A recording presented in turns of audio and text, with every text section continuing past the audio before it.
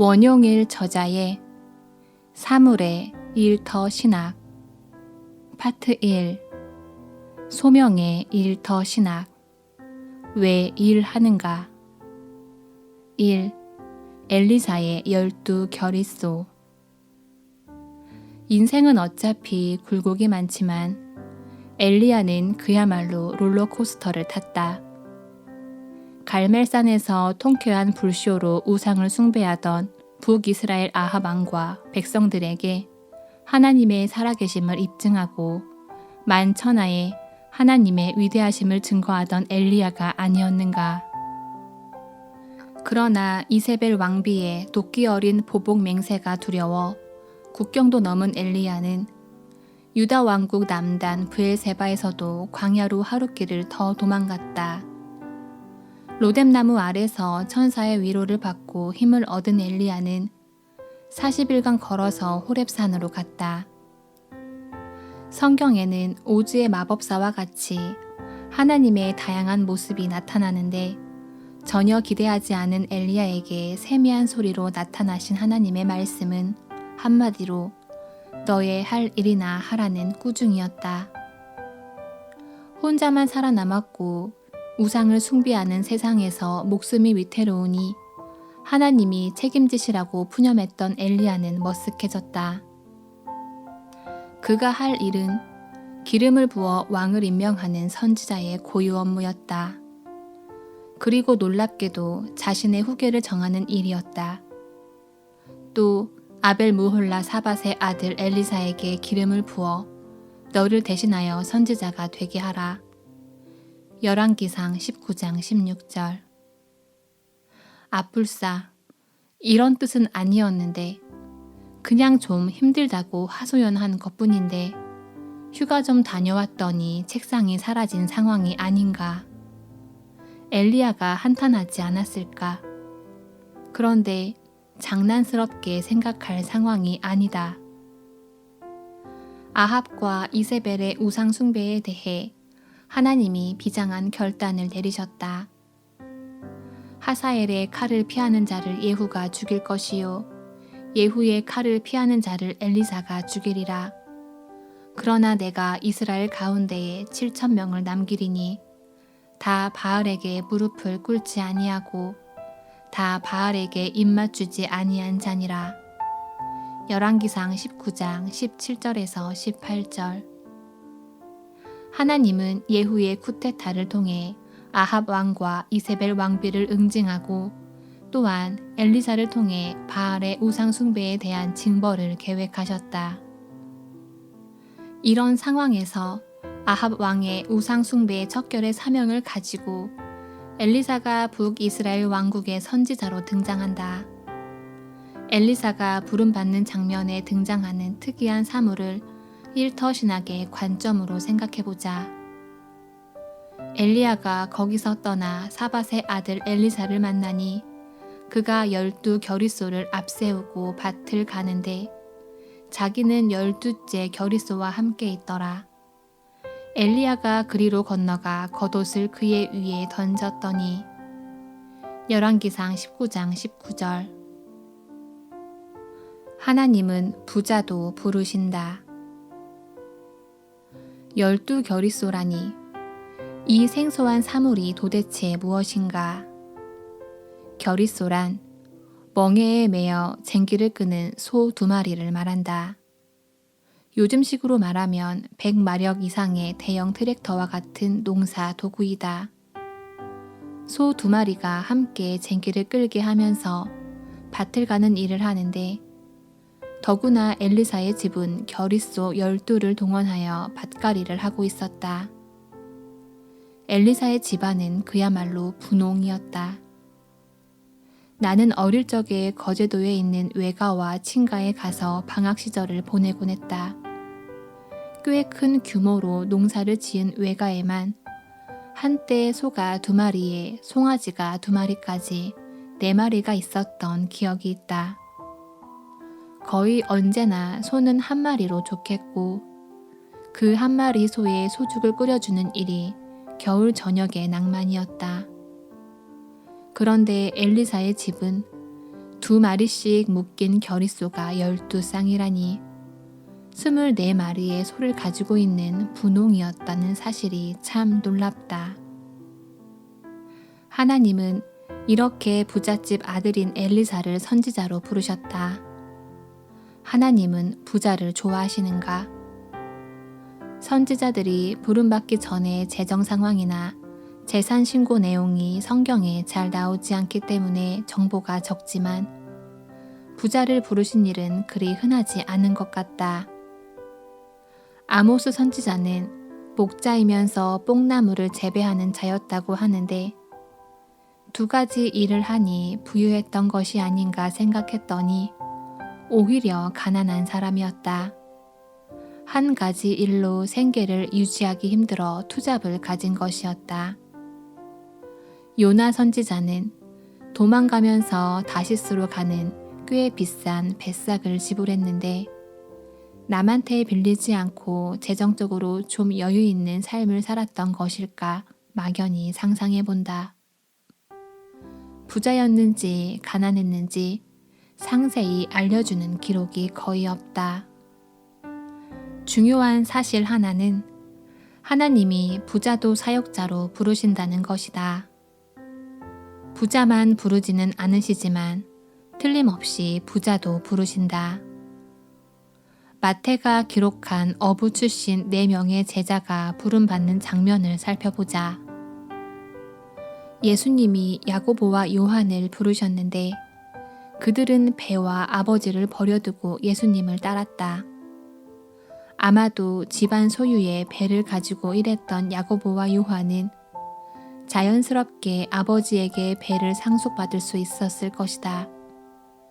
그런데 베드로와 안드레를 예수님이 부르셨을 때 그들은 그물을 버려두고 예수님을 따랐다.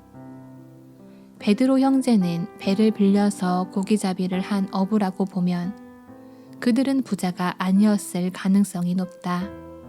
반면 야고보와 요한은 집안이 부유했다고 볼 수 있다. 하나님은 이렇게 부자도 부르신다. 나는 누가 봐도 부자는 아니기 때문에 나 자신의 경험으로 부자를 부르시는 하나님을 느끼기는 쉽지 않았다. 그래서 오래 묵상해 보았다.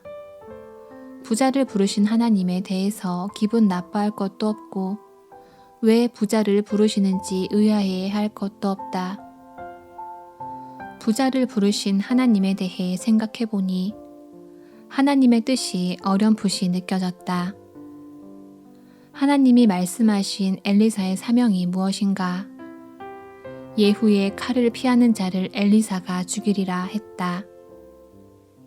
아합과 이세벨의 우상 숭배와 맞서고 우상 숭배자들을 척결해야 하는 일을 해야 했다. 강단 있고 배포 크게 일할 사람이 필요했다. 이런 일에는 부자가 늘 적임자라고 말할 수는 없겠으나 부자로 살면서 사람들을 거느리고 경영을 해본 사람이 잘할 가능성이 더 높지 않은가. 또한 이스라엘 가운데에 7,000명을 남기리니 다 바알에게 무릎을 꿇지 아니하고 다 바알에게 입맞추지 아니한 자가 있는데 이 많은 믿음의 사람을 이끌 지도자의 역량도 필요했다. 엘리사가 그런 일종의 관리와 경영을 감당할 만한 사람이었을 것이다. 어쩌면 엘리사는 엘리야와는 조금 다른 스케일의 사람이었다. 물론 엘리야는 훌륭한 영적 지도자의 역할을 감당했다. 하지만 3년 반의 가뭄이 들었을 때 엘리야는 그릿 시냇가에 숨고 사르밧에 가서 과부의 집 밥상에 숟가락을 하나 얹어서 지낼 수밖에 없었다. 하나님의 이적과 선지자를 향한 깊은 배려를 무시하는 것이 아니다. 따지고 보면 그렇지 않은가? 이세벨이 하나님의 선지자들을 학대하는 위기 상황에서도 엘리야는 그 선지자들을 위해 해준 것이 없었다. 100명의 선지자를 빼돌려 굴에 숨기고 떡과 물을 먹인 사람은 아합 왕의 왕국 맡은 신하 오바댜였다. 엘리야 리스트가 되어야 했을 상황이 오바댜 리스트가 되고 말았다. 쉰들러가 사람들을 구하며 취한 영광을 엘리야는 꿈도 꾸지 못했다는 말이다. 그런데 이제 분홍의 아들 엘리사는 오바댜가 했던 그런 역할도 감당할 만한 재력을 갖추었지 않은가. 하나님은 이렇게 부자도 불러 사용하시는 것이 아닐까. 부자였다가 부름받은 엘리사는 지내온 라이프 스타일의 영향인지 통이 컸다. 엘리야 선지자가 회오리 바람으로 승천하기 전에 엘리사는 스승에게 이렇게 요구했다. 당신의 성령이 하시는 역사가 갑절이나 내게 있게 하소서.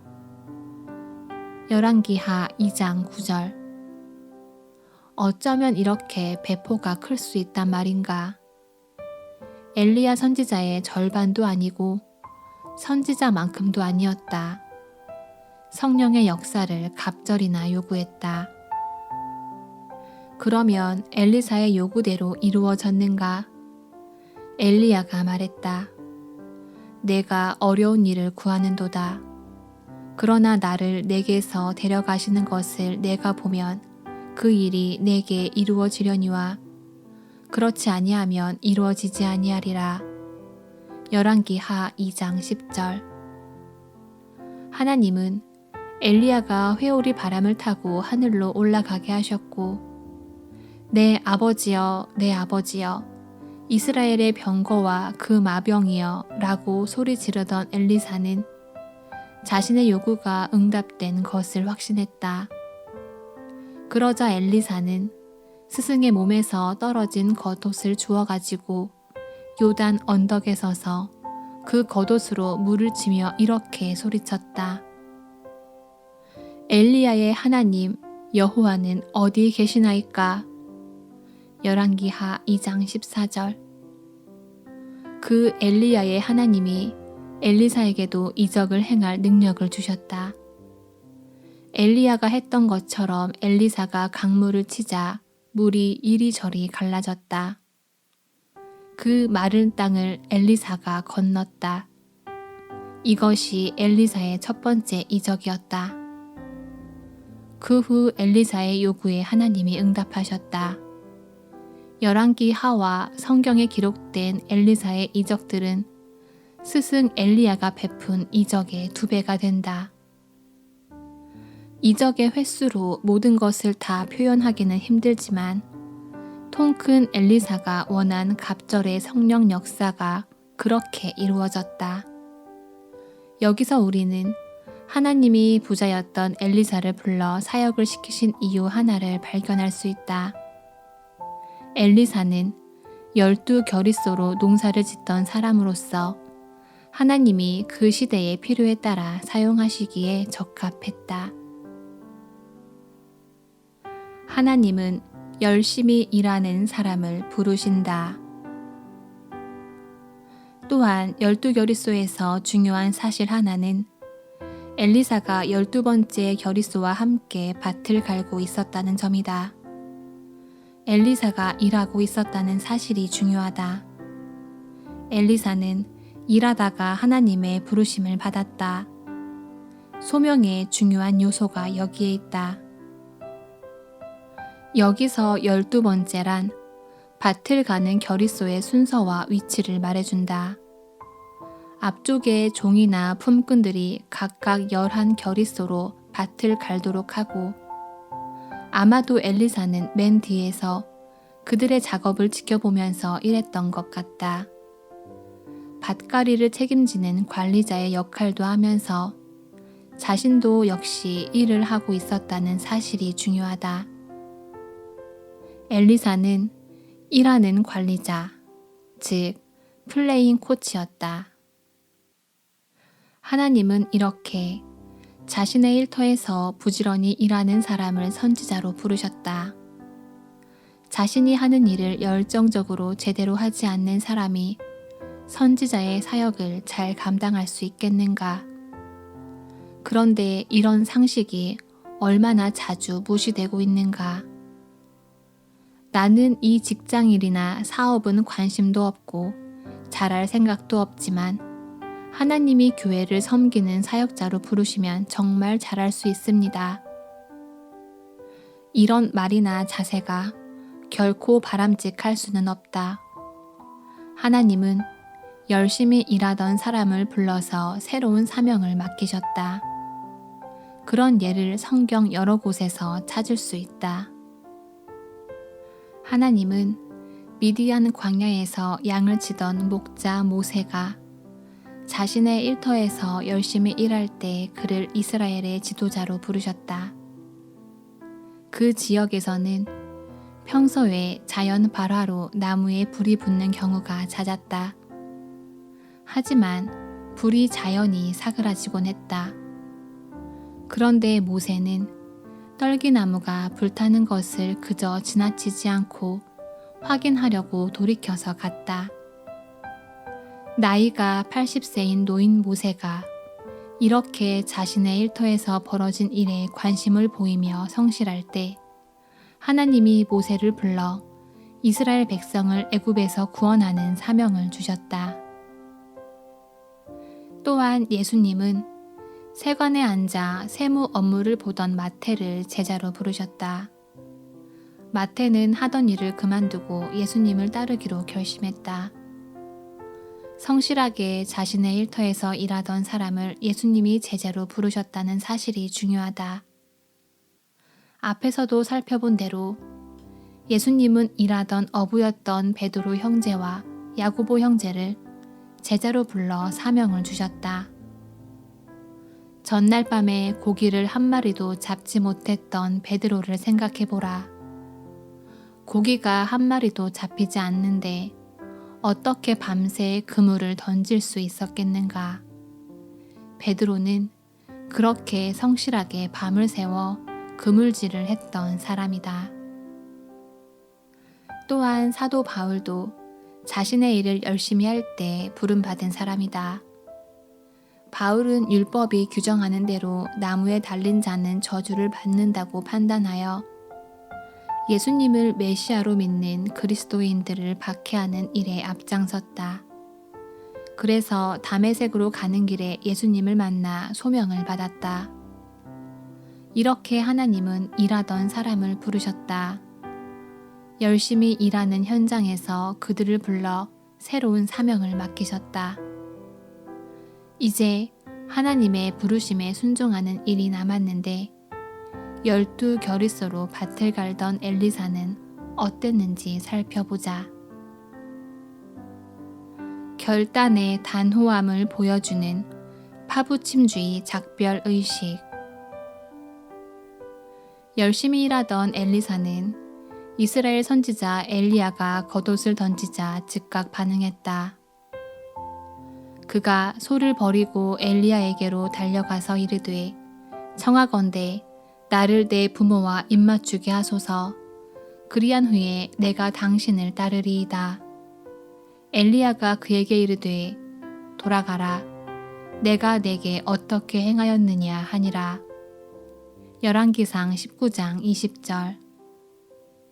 엘리사는 일하던 겨릿소를 버리고 엘리야에게 달려가서 말했다.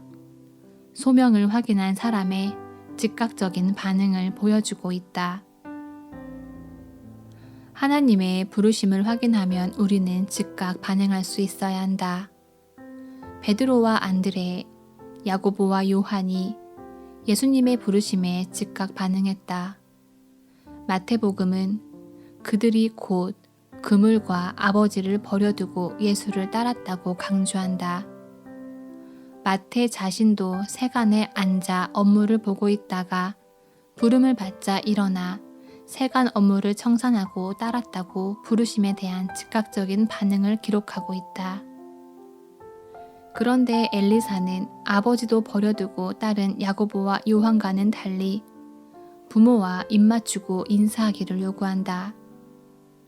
야고보와 요한이 부친을 버려두고 떠났다는 진술은 제자도의 긴급성을 강조하는 표현이라면 엘리사는 부름받은 자의 작별의식과 예의를 보여준다.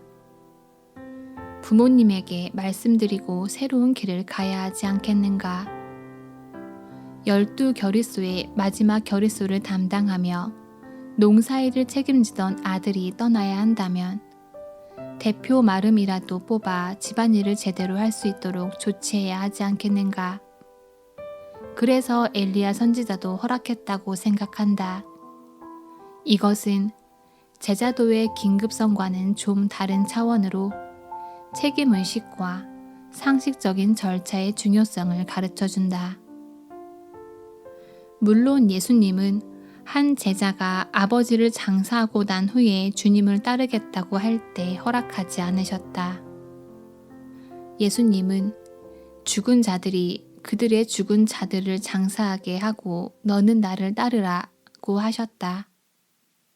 그 제자의 요구는 작별 인사를 하고 오겠다는 뜻이 아닌 제자 수업의 연기 요청이었다. 아버지가 돌아가실 때까지 계속 집에 남아 가족 부양의 의무를 다하다가 나중에 예수님을 따르겠다는 뜻이었다. 그러자 예수님은 영적으로 죽은 자들, 즉 제자가 아닌 사람들이 죽은 자를 장사하게 하고 그 제자에게 너는 나를 따르라고 요구하셨다. 가족을 부양하는 일이 중요하지 않은 것이 아니나 그 제자에게는 지금 따르는 신속한 결정과 긴급성이 요구되었다.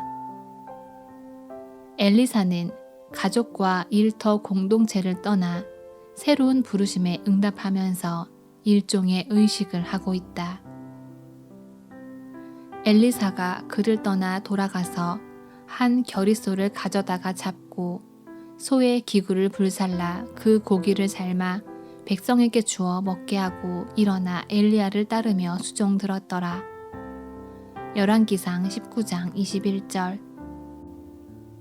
엘리사가 일하던 소 2마리를 잡고 쟁기를 불살라 회식을 준비한 것은 마치 마태가 세관을 즉시 떠나 예수님을 따랐지만 많은 세리와 죄인을 초대하여 예수님과 함께 음식을 먹는 파티를 연 것과 같다. 그 파티 자리에서는 바리새인들의 문제 제기로 건강한 자와 병든 자에 대한 논쟁이 일어났다. 그래서 그 마태의 파티는 의인을 부르러 온 것이 아니요 죄인을 부르러 왔노라고 하시는 예수님의 복음 메시지가 전해지는 불신 동료 초청 복음 전도 집회가 되었다. 엘리사의 잔치도 역시 그런 기능이었을 것이다. 소 2마리를 잡아 하나님에게 제사를 드리지 않았을까? 또한 부모님을 포함한 가족들과 함께 일하며 살던 동네 사람들과 작별하며 공동체를 떠나는 작별 파티를 열었다. 이렇게 엘리사는 자신의 소명을 공식적으로 확인했다. 함께 일하던 정든 소들을 희생시키고 손때 묻은 농사 도구를 불살랐다는 것도 중요한 의미를 담고 있다. 파부 침주와 배수 지진의 결단이었다. 밥을 해먹던 솥단지를 깨뜨리고 돌아갈 배를 가라앉힌 후 최후의 일전을 각오하는 단호함. 뒤쪽에는 물이 있어 도망갈 수도 없는 배수진을 치고 적들과 맞서겠다는 결단으로 엘리사는 엘리야를 따랐다. 인사하고 예절을 지키고 순서를 밟느라 엘리야 선지자 따르기를 미적거리는 듯했지만 엘리사는 자신의 단호한 결심을 의식으로 나타내 보이면서 사역자의 길로 들어섰던 셈이다. 12 결의소라는 사물에 일터 신학의 돋보기를 들이대 보니 하나님이 우리를 부르시는 소명의 특별함을 발견할 수 있다. 하나님은 사역의 필요를 위해 부자도 부르신다. 물론 가난한 자도 부르신다. 부자거나 가난한 자거나 하나님에게 부름받는 일에는 아무런 장애가 없다는 점이 중요하다. 부름받기 전에 했던 그 모든 일이 하나도 땅에 떨어지지 않고 하나님 나라를 세우는 일에 유용하게 활용된다. 따라서 우리는 엘리사처럼 오늘 하는 일에 집중해야 한다. 몰입해서 성실하게 일해야 한다. 하나님이 새로운 일로 우리를 부르실 때는 단호하지만 예의와 절차를 밟아 소명에 부응해야 한다. 오늘 당신도 12 겨리스와 함께 일하고 있는가? 엘리사처럼 두 발로 땅을 옹골차게 딛고 서서 손으로 쟁기를 붙잡아 땅을 향해 내리누르며 힘을 주고 있는가? 쟁기날이 뛰어오르지 않아야 밭을 제대로 갈 수 있다. 그런 당신에게 엘리야의 겉옷이 날아올지 모르니 기대하라. 원용 1회 사물의 일터 신학 파트 1 소명의 일터 신학 왜 일하는가?